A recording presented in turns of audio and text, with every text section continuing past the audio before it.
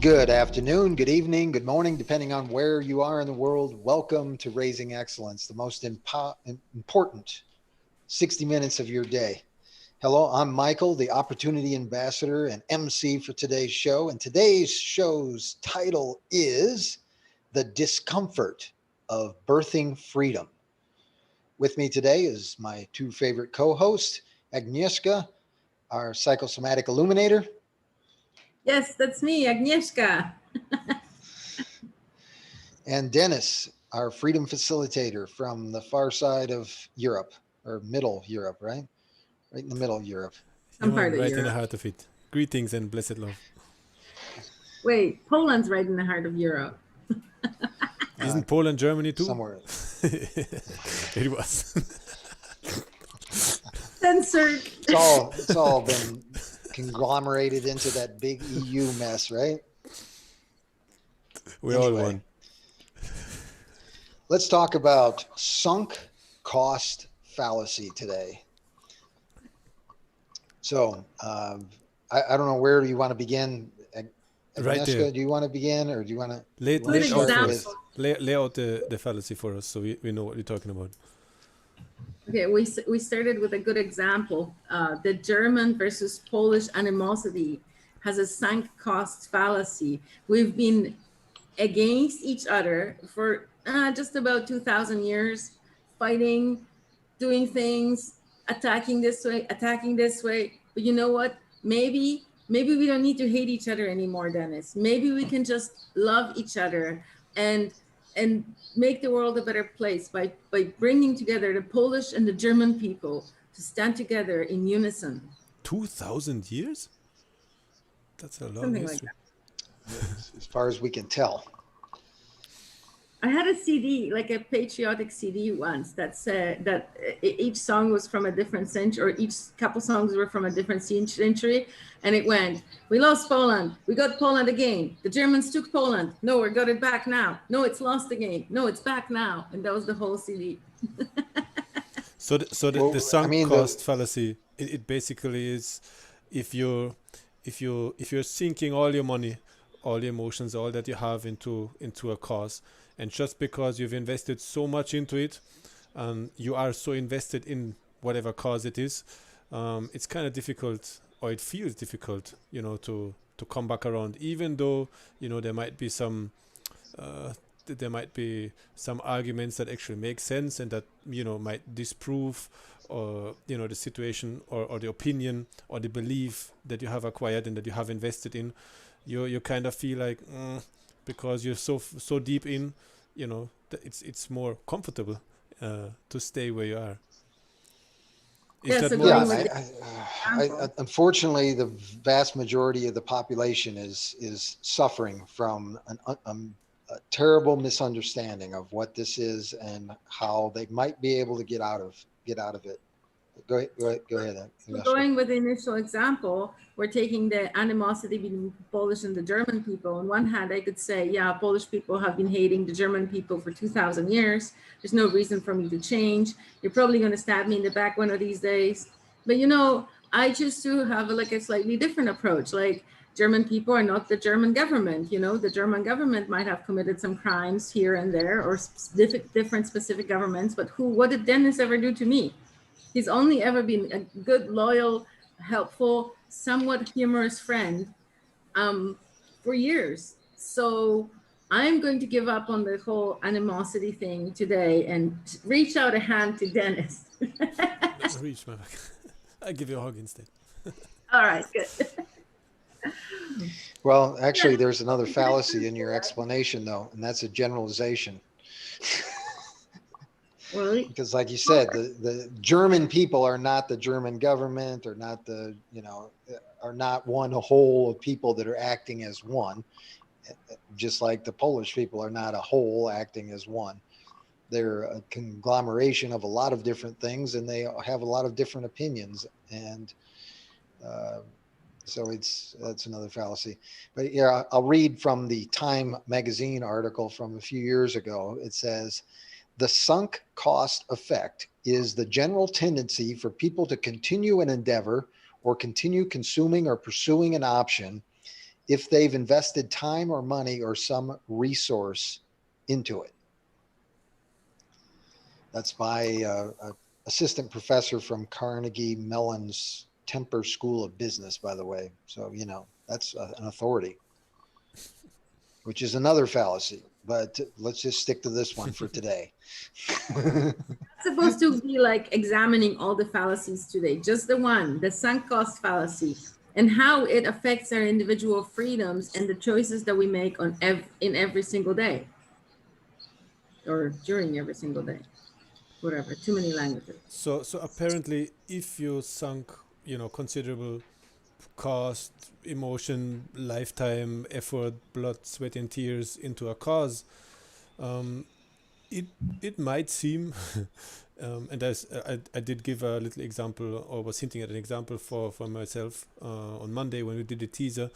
It might seem really tough to get out of it and to leave that behind and to detach from that. And so, you know, there's a lot of discomfort that you would associate with getting out and with actually, you know, changing your belief and looking in a different direction, or kind of, you know, drive back to the last intersection and take a different way.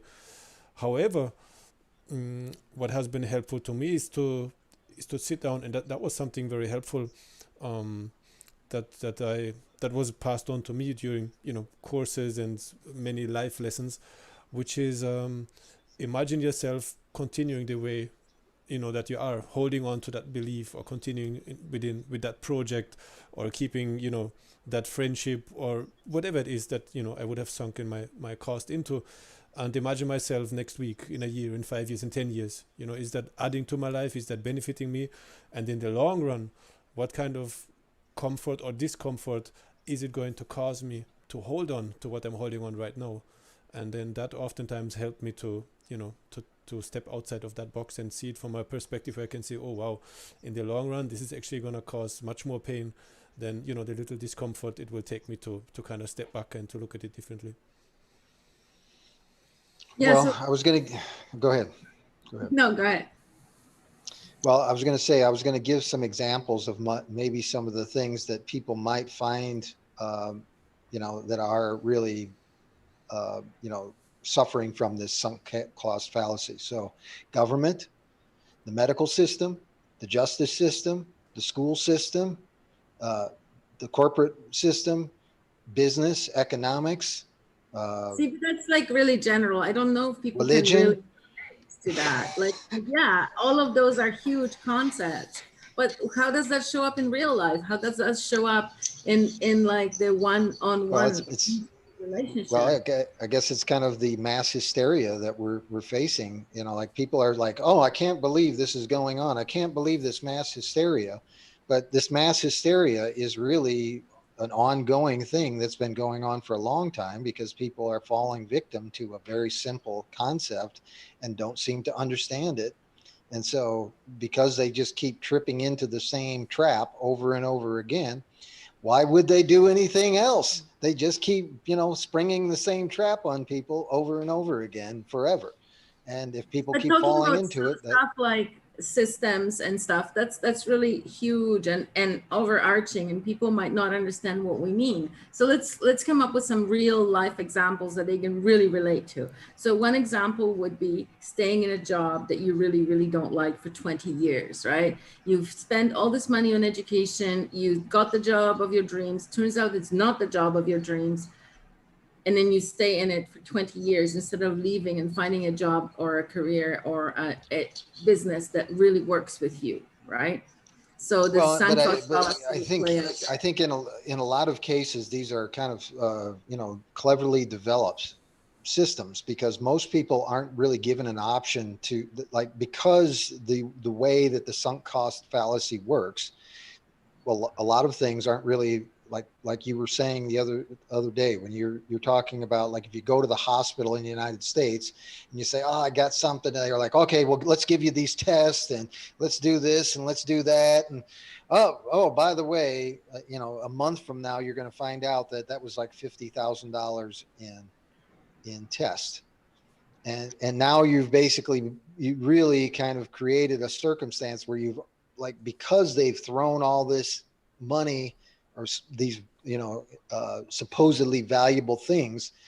Now you're going to be like, well, when they come back and they say, oh, you got cancer and we've done all these tests and stuff like that, and so and this and that, they've already kind of led you down the path. They've already invested a great deal of money, and now you're already down the path. And so, like, when it comes to education or jobs or stuff like that, people don't just start on a job of like being a medical assistant or something like that, and then that leads them to, oh, well, I like this, or I like that field, or I like being a doctor, or like being a nurse. They don't go like it like that. They say, oh, well, let's just study and study and study, and then 10 years down the road, after you do all the studying, they finally introduce you to the environment that you find out, I don't actually like this at all. Yeah, I mean the But examples. that's why people that's why a lot of people suffer from it, because they've built in a level of pride into the titles and stuff that they've achieved through schooling and so forth, that lead them to be blinded to actually seeing this for what it is. And that has been But it's really going society. on for Society generations. makes And I that. feel that the examples that you gave you are, they are generalized, as you said, Agnieszka, but it's very, down to earth. Or look at schooling, which you just mentioned again. It's like, it's to say, oh, I believe schooling is the best, and if my children, or if I don't have, the government schooling, that I can't be, I will be a nobody, I can't get a job, I can't get this, I can't get that. And so you're totally invested in the idea that education is government schooling, and that there are no alternatives, and that you won't be like you won't be all that you can be if you have not received that government schooling. Or if you look, if you said state as well, and if I narrow it down, then it's like, or if I give one life example, then it's like, oh, you believe that the state is here to protect you and be there for you, and then you really look twice, and then you feel, oh, more than half of the money that you earn with the work that you do is gone, and you never see it, and you don't really have a say, or you don't really have a direct say into whom it is going to, and what's happening with it. Or the state might just which is happening today, which has been happening all the while, might appear in form of a uniformed individual who hits you over the head with a club. So no, like things like that, they might shift your view considerably. But I feel it's not to say that it's wrong per se, or that I'm judging anybody who believes into that. But the point that I'm trying to make is that if you're invested in those ideas, it's a heavy thing if you don't also have a different perspective, or if you don't have the freedom also to look at it differently. Because only if you have a variety of positions that you can take, and that you can assume, or that you at least know that are there, how can you say that you chose that perspective, or that belief, or that investment? Because then you don't have a choice, and then without a choice, then you just do what you're told to do, or what then other people want you to do. So I feel it doesn't mean that you have to change it, but it's good to have a view into, oh, what are you thinking, oh, what's your position, and then you can compare, and then maybe it will even confirm the view that you have, and, oh, government schooling is the best and is the right thing for me, and that's good. But yeah, like it's like, I feel it's more lighter, and it gives you a certain lightness to know that there are other views, and that they also have their right to be, and unless they infringe on your own freedom, and your personal freedom and your well-being, I think everybody should be perfectly well to hold the views, and to be open to others as well. When I was a child, there wasn't an option. Like Michael was like, oh, people go and become a doctor before they try to be a medical assistant. If I said that I was going to be a medical assistant as a child, I would have been severely punished for that thought. Like, that's aiming too low. You cannot dream of being a medical assistant. You had certain choices: doctor, lawyer, politician. There were only a few choices, like a handful. And every time I strayed out of those few choices, I was told that I needed to correct my attitude, because my attitude was not appropriate to the situation. I was smart, I was capable, I had good parents, I needed to live up to the expectations of my society. So for some people, if they were more influenced or easily influenced than I was, that might have been like, okay, those are my only choices: doctor, lawyer, politician, whatever. And that's it. They don't seem, the parents, some parents, they Right, want but their child really if badly. you if you understand though that your investment in time, money, resources, all that kind of stuff, effort is legitimate, you want to make the best investment possible. This is where you've got to be aware as quickly as possible. I think in the autonomy course, Richard brought up a couple different statistics. One was like the happiness that people have in their jobs, which is like very low. And then the other one was like 87% of people that are college graduates aren't actually in the field. They're not actually working in the field the degree that they graduated with. So this suggests right off the bat that like the system is not working. The current system is not working on your behalf. It's working against you. And you've got to actually make this, you've got to actually have the cognizant understanding that there's got to be a different way, and how we go about doing this a different way is like examine your choices as early as possible, and start making your decisions, and examining the effort and time that you're putting into things in a way that you can judge more clearly what is actually beneficial to you versus something that could be a trap. And It would be way easier if I had this information when I was 12, but right. But then maybe at the that's Yeah. same So part of the like time, I guess we're going to be jumping all over each other this one, huh? It's exciting. All right. Go ahead, Dennis, and then Agnieszka goes next. Sure. I was just going to point out that the discomfort that you were describing and that Agnieszka also was describing earlier, maybe that was the discomfort necessarily for you to step into that freedom and to come to the, conscious decision that you're expressing right now. And if you in that case would have not had those experiences, then you would not be the Mike and the Agnieszka that is here Right. today. So that is a process, No doubt. that's a birthing process of who you are right now. And even right now, we are in another birthing process of who we will be tomorrow. And the fact that we have, that the consciousness that we have right now, really, that is enlightening to have that opportunity. It's like, wow, what can we do with this moment right now in order to be who we're going to be tomorrow? Exactly. All I was going to say is that I kind of revised what I was going to say by now after Dennis said, because at first I was going to say, well, no, I went to school for criminal justice because I literally wanted to take those courses. I didn't necessarily ever think that I was going to be working in the field, or not in the field that most of my friends worked in. I just wanted the knowledge. But then if you take another step back, the reason why I was in criminal justice was because the direction that I actually wanted to go to was not available to me. It wasn't an option, right? All the classes were full. They didn't let me in, whatever. There were issues. So yeah, there is a challenge with the system, because had I gone to the direction that actually sings my soul, I would have probably been, more happier right from the get-go. Even though I don't mind I like my curvy path of career still. Well, in a lot of cases, like education, for example, when a child is young, it's the parents that make the decisions. But isn't it interesting? Wouldn't it be more of interest for the parents to know, like, the effectiveness of the education that the child is getting, and then like where they might invest their time more wisely with the child to get the best beneficial circumstance? And here again is kind of like what most people are assuming is that, oh, well, those people are the experts in education, so I don't know anything about education, I'll just let my children go over to them because they're the experts. But we've got to be able to evaluate the experts on some criteria that actually makes sense, because it's similar with the medical field. We're in the situation we're in today because this medical system is like 100 years out of freaking control, because they've made assumptions and created uh, you know forks in the road that we've taken that are completely off the beaten path and onto some mountain trail that's like headed over a cliff.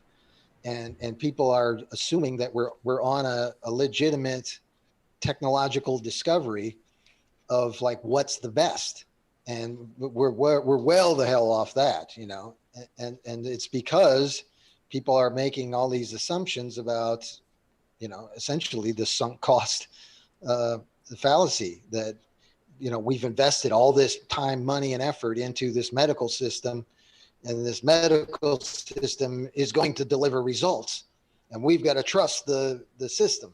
Well, no, absolutely not. We trusted them a long time ago. They went rogue on us. Yeah. That's just one example. If you want to take it back to like relationships, for example, maybe that's something that we can, you know, kind of talk about in a way that, you know, people can relate to on a individual basis. That, you know, like Relationships for one example, is weird. Go ahead. Sorry. well, I was just going to say, like, people in the workplace environment, a lot of people have assumptions about like the boss is paying my paycheck, and therefore he tells me what to do. That's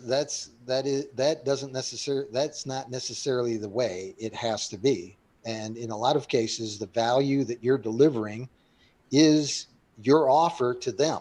If you're not, if you're, you know, you're bringing something that's possible, or, you know, But hang on, productive. because now you're talking about individual company culture, and I've worked in many companies. Every single one had a different company culture. Some bosses were one way, some bosses. So cannot be painted with one brush. I mean, in some lower positions, like when you're it's in a hierarchy. Well, when you're but not every company works as a hierarchy. There are different company cultures, right? If you're working in hospitality as a waitress, and if you're working as a stockboy at a grocery store, yeah, there is an expectation that your boss is higher than you. But when you're in like oil and gas or whatever, every expert is respected as their own person for their own expertise. So it doesn't work that way anymore. So you can't like paint it all with one brush. But even in that situation, the expert, what do they actually know? What are they actually delivering? Because I was an expert in construction, and I was like off the beaten path myself. I don't know.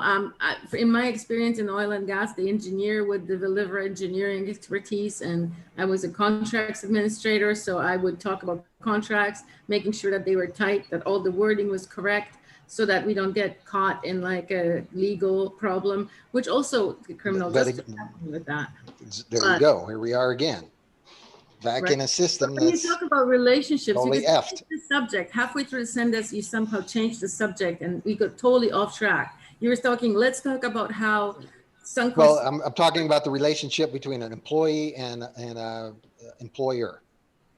The other day when we were talking about this, you said that the example of a relationship was the most poignant example. So let's actually talk about that relationship example, because that's really important. And I think it affects a lot more people. The employee-employer relationship is more theoretical, and it affects a lot less people, because a lot of people, 2/3 of the people are not employees, right? Some people are employees. How about a customer and a supplier? So you don't want that not a relationship? Because I really wanted to talk about the relationships. You want me? Okay, well, if you've got a specific example, please. Yeah, I've been trying to say it. So in like the same example from the other day when we were talking in Spiritual Revolution about the spiritual impact of it, relationships are really important.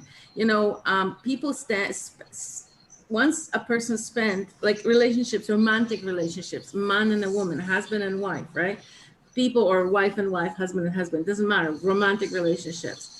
People spend a certain amount of time with the person, and then they feel like, you know, I've been with this person for 5 years. That's a long time. Nobody else might like me. I'm getting older, you know, all of these thoughts. And it's totally illogical, because your whole playground is like 80 to 100 years. 80 to 100 years, 5 years in relation to 100 years is a tiny, minuscule step. And if someone is unhappy with somebody for 5 years, but they feel like the 5 years is a long time and they may not be able to do any better, and they need to stay and suffer in the relationship, that could be a challenge. That could be a problem. And then they might stay with that person for 20 years, which is a fifth of their whole playground. And then that's the perfect example of the sunk cost fallacy. You know, my second husband had that issue when we first met, because he said, it's amazing that you want to date me despite the fact that I'm a failed man. And I was like, what do you mean you're a failed man? He said, well, I was married before and I have a child, but she left me. And I thought, okay, so you have a child, and the child was at the time, I think 5 or something like that, and in a different country and whatever. I'm like, how's that a failure? Like, I don't see you as a failed man. You know, it's maybe an experience that you had, and maybe the marriage didn't succeed or didn't last as long as you expected, but you're not a failure because of that. And so he equated the fact that he was no longer desirable with the fact that he had a failed marriage, which is not the same thing at all. I feel we have laid out a few examples for the fallacy of the sunk cost, and coming back to the to the theme, which is the discomfort of birthing freedom. So freedom is something that excites me tremendously all the time. Then there's a picture that we drew with that title, which is birthing, which in itself is a super powerful thing. And then we have barely touched on discomfort itself as well. What is the role of discomfort in our lives? Are we complacent? Are we just going with what comes along, or are we going for the most comfortable things, or are we actually looking for the actual discomfortable things? And what is comfort compared to discomfort? And should we choose comfort or should we go for discomfort? Because we said discomfort and birthing freedom. That means every time I go for something discomfortable, uncomfortable, does that mean that freedom is going to be the end of it? How do you see that? Maybe we should talk about how we came up with the title, because the birthing actually came from the Great Books Club, from Autonomy. We were just talking about Plato, and Plato's what was the book we were discussing? But in that book, he's talking. It's Theolopolis or something like that. I'm terrible with Greek words and names, but essentially what Socrates was saying is he is, as being kind of a Socratic reasoner, he's birthing ideas or helping people birth ideas. And it's a bit of a painful process, because a lot of things are misconceptions that people have when it comes to their beliefs, or their limiting or false beliefs or limiting beliefs. And, you can kind of dig those out by inductive and deductive reasoning. And so it is a process of kind of being the midwife of birthing an idea. So that was one of the things. The other thing is the discomfort is really kind of an acknowledgement of, in the case of like the sunk cost fallacy, that idea that I put all this money, I put all this effort, I put all this time into something. Guess what? I may have been wrong. So admitting that you're wrong, or that all this effort has been in an attempt to do something right, but for whatever reason, we're just not getting the results, and we've got to change. And so that change can be that discomfort and that realization. Maybe it's about hope. Like, they put all this money or this effort or whatever into hope, because they were hoping that the business venture was going to succeed, that the relationship was going to last forever, which I don't know. I think it's a silly expectation. But there again is discomfort. Is like if we're hoping for the result to come through and it doesn't, that's also facing the reality that hope is misplaced. And so then that final thing is the idea of freedom, because putting these two together is really taking responsibility for the results, and really responsibility is kind of the inverse of freedom. And when you do take responsibility for your own results, you give yourself a great deal more freedom. And so that was the title. That was the idea behind the title.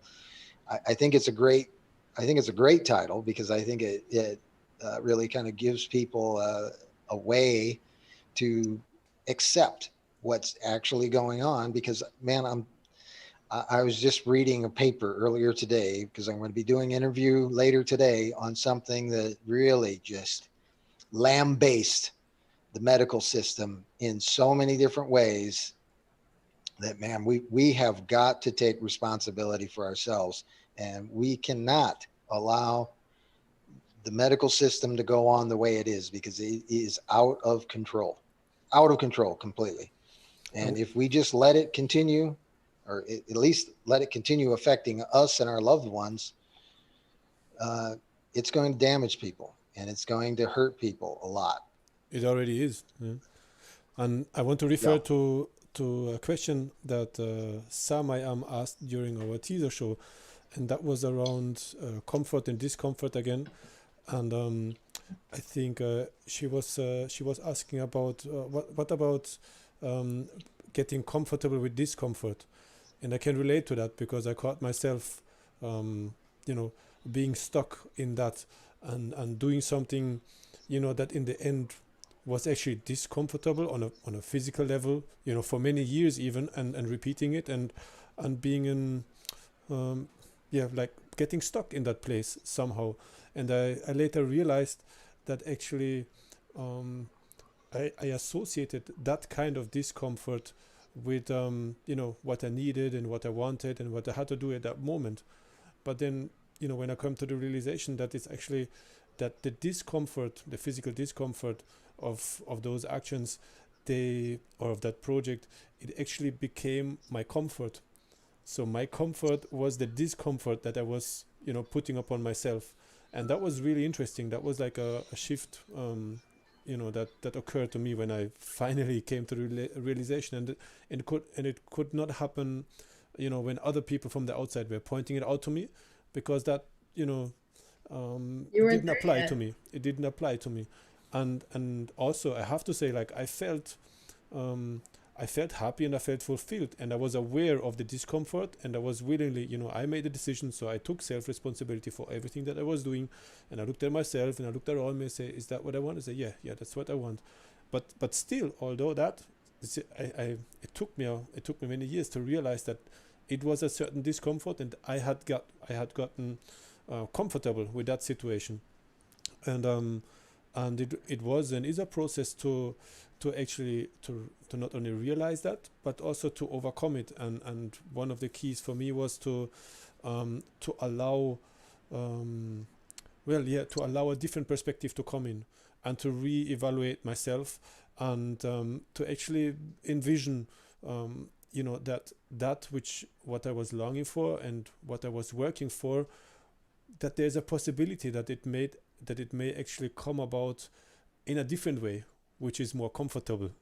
And by allowing that little by little, it was intellectual. It was on an intellectual level first. So it's like allowing thoughts and allowing that, the thing that I really saw as a vision. It was still the same vision. I didn't have to change the goal, but maybe there's a better way. Maybe there's a smarter way of working, not the hard way, and so that allowed, for things to shift around. And I think that was an important lesson for myself, and maybe that's helpful for others as well.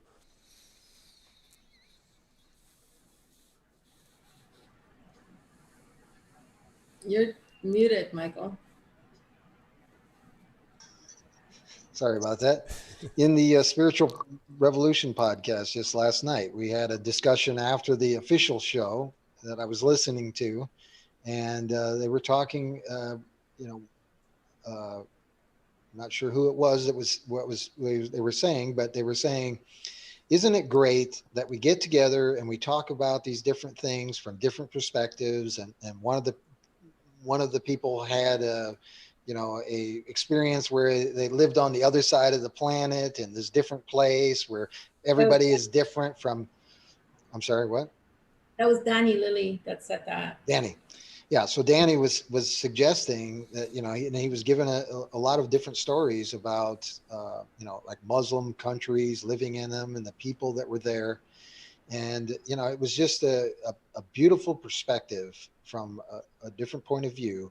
But the fact that we were sharing it within the group of people, we were growing because we were getting a great deal more understanding about where he comes from, and the experience and perspective that he has, and then how that relates to everything else that's going on in the world that we relate to, that involves the Arab countries or Muslims or any of that kind of stuff. We've got another perspective now that we can add to that gives us a great deal more opportunity to say, hold on a second, I heard from this guy over here that there was a different opinion on this. We shouldn't be so quick to make a judgment about kill all the Muslims or something like that. This is, I think, this is kind of the thing that we're experiencing in autonomy. I think is we're getting a great deal more perspectives. I know myself, I've learned a great deal more because I've had these perspectives, and they've come up in the Discord chats, as well as in discussions, and when people have cited books or stuff like that, and I've gone and read those books and learned new things. It has given me a great deal more of a recognition that, hey, my time has not been invested wisely, and now I'm understanding how to invest my time more wisely. But should I allow that to happen for everybody else? Should I let everybody else, my children, and every other 5-year-old or 10-year-old that wants to be a construction guy or astronaut or something like that? Do I need to let them go 50 years before they figure out this is the way to do it? Or should I just help them by giving them the experience? No, you cannot ever give your experience to anybody else. Your experience. Well, I can relate it just like Danny related his experience last night. Absolutely, you can, but that doesn't mean they're going to listen, and they don't have to. All you can do, just let me finish, right? So all you can do is present the information to them, but it's up to the person, whether they're 3 or 5 or 55 or 95, it's up to the person to accept or reject that information. And it's their journey. And we need to have enough respect for other people to allow them to. But there's no disrespect intended. It's just creating the environment where we can do that, where we can have options and choices. We should. Communication is the #1 thing. We should share our thoughts. We should share information. If there's any disagreement or any misunderstanding, it should be talked about until there is no more misunderstanding. I am 100% sure that the humans who understand each other's motivations no longer feel anger and resentment toward each other, because they will understand why the person did such a thing, this thing or that thing or whatever thing. And when you're talking about Muslims, that was a particularly succinct example, because talking about that, it was during the time when a lot of people had a lot of misunderstandings and a lot of negativity there was about Muslims. And Danny was still a teenager, I think, when he went to Abu Dhabi or Saudi Arabia. United Arab Emirates, UAE. And he described that moment where they were camping and they were sitting on the side of the river or lake, body of water, and some Muslim family joined them, and they were brothers and they were sharing bread. And at that moment he realized that, they were just like them. They were their brothers. They were brothers, essentially. So what I distill out of that, and out of all the life lessons that we have shared, our own or those of friends and relatives in this show, is an openness, which is certainly required to share the experience that we have and the skills and the lessons that we have learned.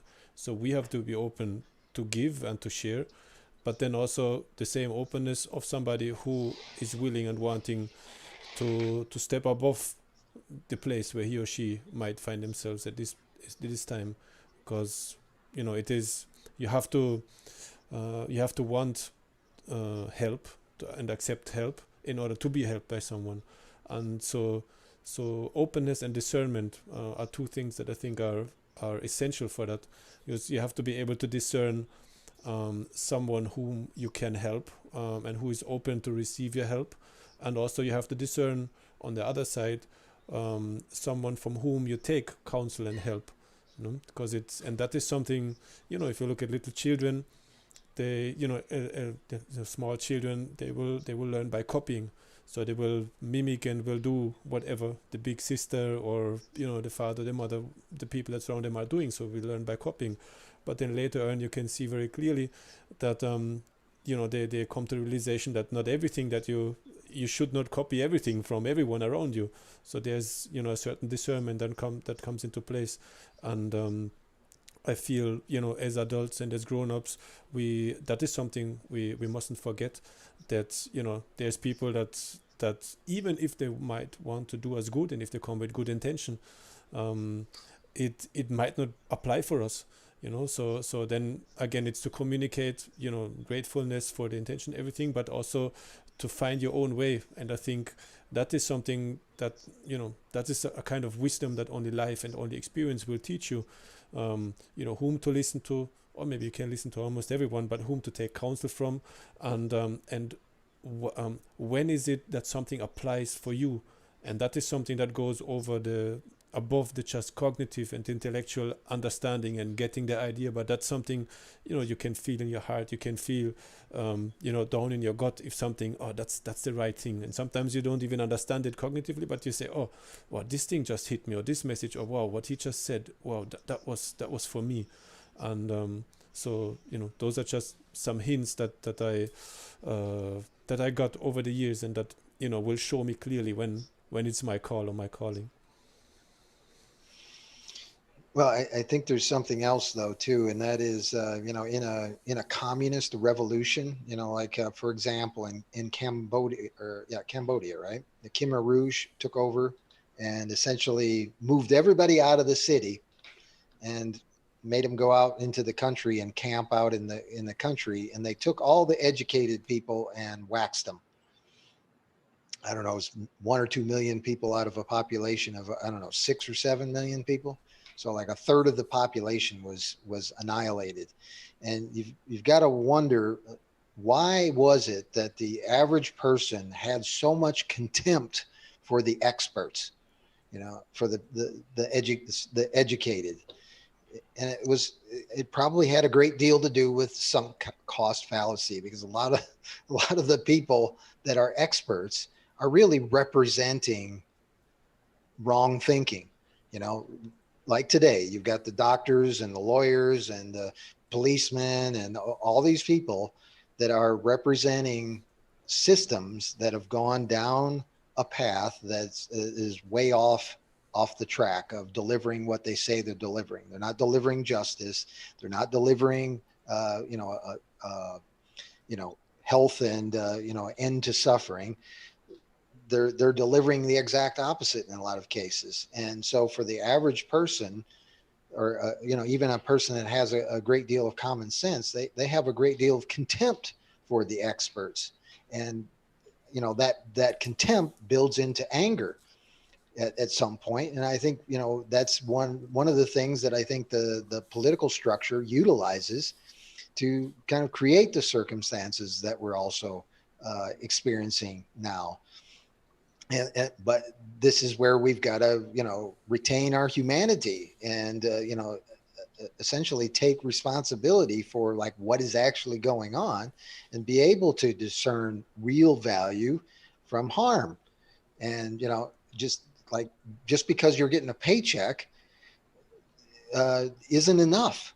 You've got to actually be doing something that's valuable, and it's certainly not harmful. And there's so many people that are engaged and employed and collecting a paycheck in the world today that are actually harming people, and they don't want to actually look at the truth and actually find out what's actually happening. And so that's that discomfort that people have to come to the realization of, because it's either you create that discomfort and take on the responsibility of discerning value from harm, or you're going to have the dystopia that we're all fearing, the Brave New World, the 1984, and where it's courage too, right? So it's to discern what is harmful and what not, and it's also the courage to stand up for that which you feel and which is your truth at that moment.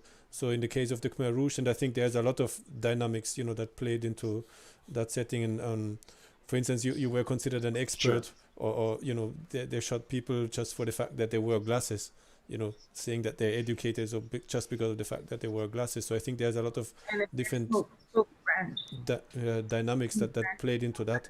um, Yes. and that there was like, what I heard, and so on, like there's even cases of the children, murdering their own family members, basically, the older generation. So there's a lot of things that played into that dynamic.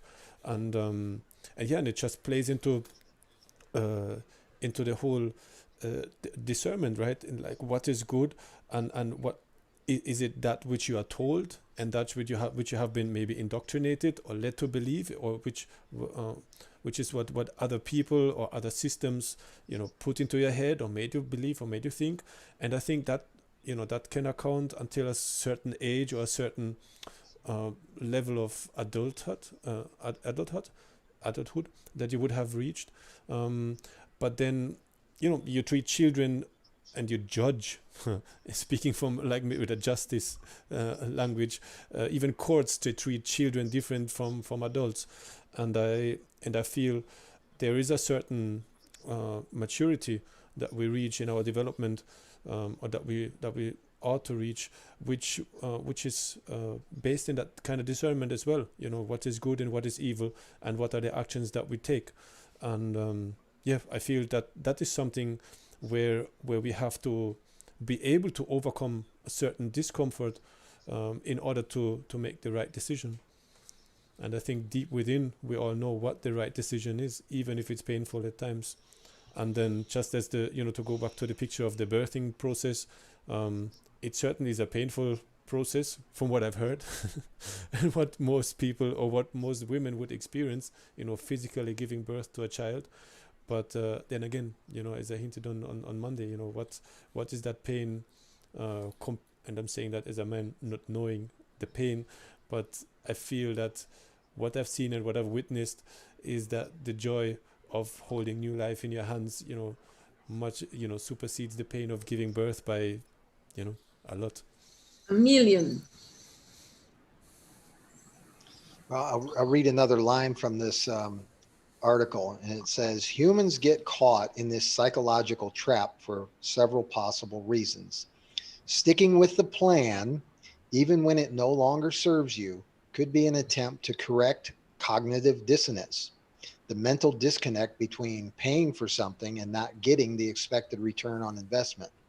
It could also be a knee jerk reaction to regret, or it could be an attempt to convince others and ourselves that we're not wasteful.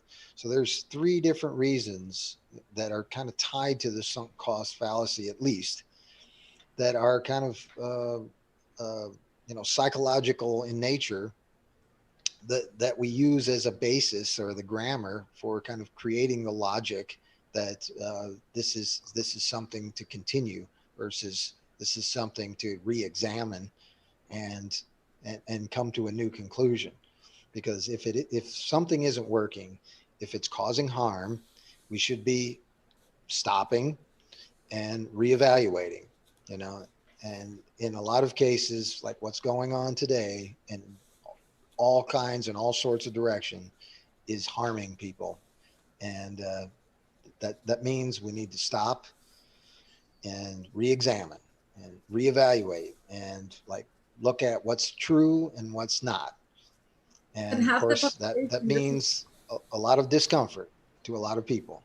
half the population doesn't even believe that what's happening is harming people. They think, oh, it's acceptable risk and all of this. So I think that it would be really important. I mean, the only way we can find out what's really harming people and what isn't is by waiting and seeing, right? Like that's always the case. Wait and see, and how what Well, but happens in retrospect, if you'll know. if you're a law-abiding, tax-paying citizen today, you're contributing to harming people, plain and simple. And if people don't want to understand that discomfortable or uncomfortable truth, then they're probably going to have problems. But it's better to be uncomfortable than to harm people or kill people? I would think so. And that's kind of the comparison that I think people need to examine initially. Is it better to be uncomfortable and let people live, or let people live happily, or is it better to just believe what you believe and let people die, and let destruction and disaster to continue to happen?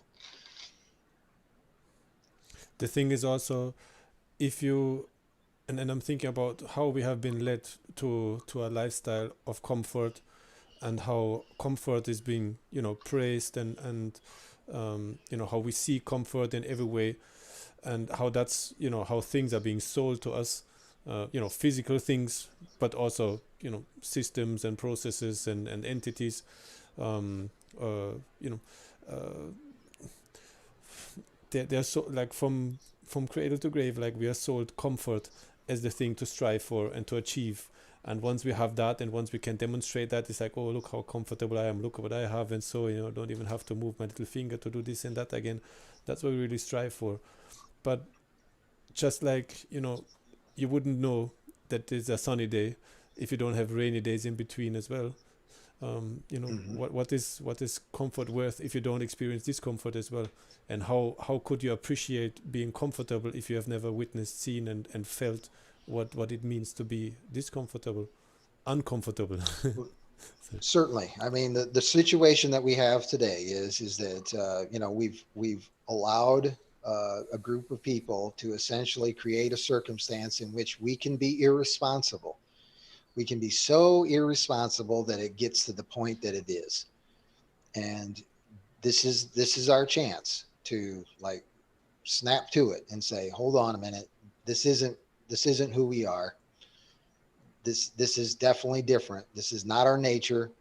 And I think it's an opportunity. And if it's one person at a time, like that little meme that it's got like a whole bunch of people basically bowing to the crack of a whip, and one person stands up and it's like, no.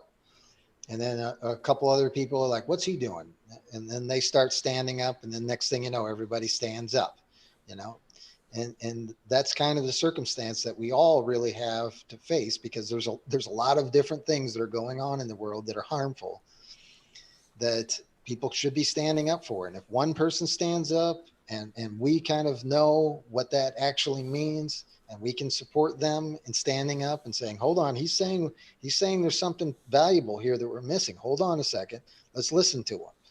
you know that's our opportunity to kind of create this circumstance where things change, and things change for the better. And certainly, I think, within autonomy, I think this is one of the things that I think we're really starting to grasp the power of, and creating an environment where we're supporting each other when people are saying, hold on a second, I think there's something wrong here. Because I definitely think I was just reading Adam's paper that he just published on January 1st of this year. And let me tell you, it is something is wrong. And I'm definitely here to support him and saying, hold on a minute, we've got to stop. Something's got to change. We've sunk a lot of money into this. We've sunk a lot of time into this. We've sunk a lot of effort into this, but it ain't working.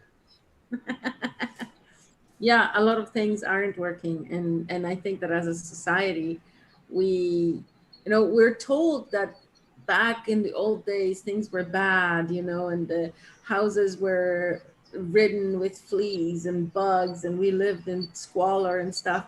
But the more I learn about history, the more I realize that that's not true. They had systems and techniques that worked way better than what we do today, even to control insects, even to keep the house clean, even to keep themselves healthy. You know what I mean? There were all of these systems, and people didn't understand them or didn't interpret them correctly and just perceived them as being whatever. What is that? Weird. I don't know. It sounds like a mouse running on a little circular wheel or something. the hamster wheel. I promise there's no hamsters in this house. Is there a talking mouse or something? It's like Dog is squeak, speaking. squeak. It's probably a German mouse. Right. Okay. Well, as we are approaching or Well, have surpassed the hour mark already, I, finishing up from my side, I would just like to bring it around full circle again, because the discomfort of birthing freedom, that is the title of today's show. And to me, I even want to finish it with a question, which is it possible to birth freedom without discomfort? And I mean that on an individual level, thinking about a woman giving birth, or thinking about my ideas of what I'm invested in, my personal journey, towards liberation, towards total freedom. Is it possible to birth freedom without experiencing discomfort? And then further on, who will I have to be? What are the thoughts, the emotions, what is the understanding, what is the place I have to be at in order to make that happen? Because I know definitely physically that's possible. So if it's physically and individually possible to birth freedom, to free yourself without, going through a lot and without having to fight and struggle and have all this adversity around, if that's possible on an individual level, doesn't that also mean that there's a possibility to do that on a collective level, for a community or for the world at large? And I, for myself, I answer this question with yes. I'm convinced that this is possible. And is it possible for each and everyone? Yeah, possible it is, but it might be harder, or it might be, more difficult for some than for others. But that doesn't matter. If the possibility is there, then however small it is, but the question is then how, who will I have to be? How will I have to talk? How will I have to walk? What will I have to do? How will I have to center myself? And from where will I have to be, in order to birth that freedom? And I feel, to be free, and to be comfortably free, that doesn't exclude that there's some discomfort from time to time, because I myself, I can perfectly accept that the discomfort, that is there from time to time, that is part of my comfort, because I need that in order to, discern again, in order to know, okay, today is a really nice, beautiful sunny day because it rained for a week. So the discomfort, it has to be there. But in general, if I look at my life, and so I want to be able to say, well, this is comfortable, this is nice, and I'm free. And so there is this possibility. And I feel if we start each and everyone from within, looking for that and continuously asking ourselves, oh, how will I have to posture to this? How will I have to approach this situation? Who can I be right now? What kind of thoughts, what kind of feelings, what kind of actions can I take right here and right now in order to, make a little tiny step towards freedom? Then, I feel a lot will be done already. And of course, what we're doing here with Raising Excellence is reaching out our hands to others, that have ears to hear, that can, support us. And also as we want to do from our hearts, stretching out our hands to others who also want to support this process of getting together and making a difference in the world. Well, I've got a great example, because in the prep meeting, in the initial teaser, we talked about a sense of balance, and I had my shoulder hurt because my sense of balance, I felt like it was an issue. And honestly, to me, restoring my sense of balance is giving myself more freedom. But Dennis, you gave me some suggestions on like how do I improve my sense of balance. I stand on one foot and try and balance myself for a period of time. Maybe close my eyes, see like what's going on there. And let me tell you, it's difficult. It's difficult to like go through that, because it's almost like I'm a child again, trying to relearn how to balance myself, and I'm falling over and stuff, and it's difficult, but nevertheless, it's something that I want to do. I want to be free. I want to have my sense of balance restored. And so I've got to go through that exercise of practicing over and over again until I get back to where I want to be. But that's the inner battle that we each have. If it's something that we want, then it's something that we have to overcome, and it's something that can be achieved through daily practice. But it is something that, like, as I announce it to you guys and you give me feedback on, here's a way to do it better, I learn faster. I apply those things to my practice, and I get better at it until I have it. And that's as simple as it has to be, to restore yourself from something that is otherwise not working.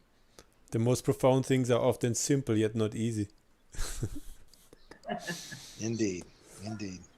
So, Dennis, you've got a new website out. Let's talk about that for just to close this thing out, because I think it's pretty cool, and it's definitely something that we want to promote, is each of our projects that are going on, and today it's yours. What are you doing? Okay, let's thanks. tell everybody a little bit about that. Well, sure. So there's this website called mememaster.org, and yeah, go and check it out. It's meme, M-E-M-E, master, just as master.org, O-R-G, and there you'll find a few memes, or a few more if you want to. So there's a package of memes in English language and in German language as well. And there's a pack that's there for free, which is just universally understandable because it doesn't depend on the language that you're speaking, because there is no language in it, it's just pictures. And yeah, so that has really been in the making for quite some time. And it is, I guess, it is sharing a coping mechanism of the sometimes perceived madness of the world that we live in. And as we mentioned before, humor is important to me, and I feel even if things are bad, if you retain the ability to laugh about them, then that's a little space of freedom that is creating. And so the intention of sharing this resource is really to provide some laughter and some relief, and at the same time also maybe to help educate and help teach a little bit of what's going on, and of having alternative views, and of being able to look at different and maybe not mainstream views, and not to get involved and all emotional, because it's just a perspective and it's a view, and if it suits you, that's great, and if not, well, that's a different view. And so yeah, that is really what it's about in a nutshell, and I hope you check it out, and I'm looking forward to feedback from everyone. Awesome. So everybody go over there, check it out, run through the thing, test it out, make sure everything works and all that good stuff. Give Dennis some good feedback on how he can improve, and make sure that everything works and all that good stuff. And if it's good for you, definitely share it with a friend. And this is how we change the world. Thank you so much for that. And thank you, Colleen and Shambhavi also, who are just sending big ups in the chat. Great to have Awesome. you, as always. Thank you, everybody, for your time and attention. And certainly really appreciate, the ongoing support we're getting from our viewers and listeners and all that good stuff. And with that said, Agnieszka, do you have anything that you want to impart on the way out? I'm wishing. Otherwise, I guess this is. I guess that means it's time to say goodbye then. So thank you, everybody. Thank you too. Bye-bye. Bye.